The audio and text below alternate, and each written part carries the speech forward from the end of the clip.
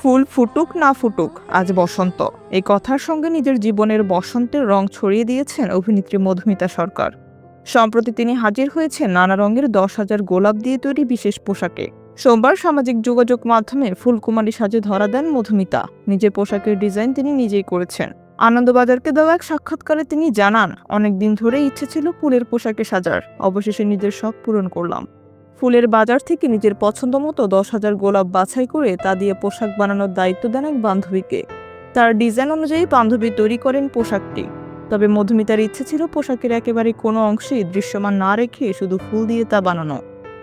তবে ডিজাইন তৈরির সময় দেখা যায় পুরো ফুল দিয়ে বানালে তা দেখতে ভালো লাগবে না।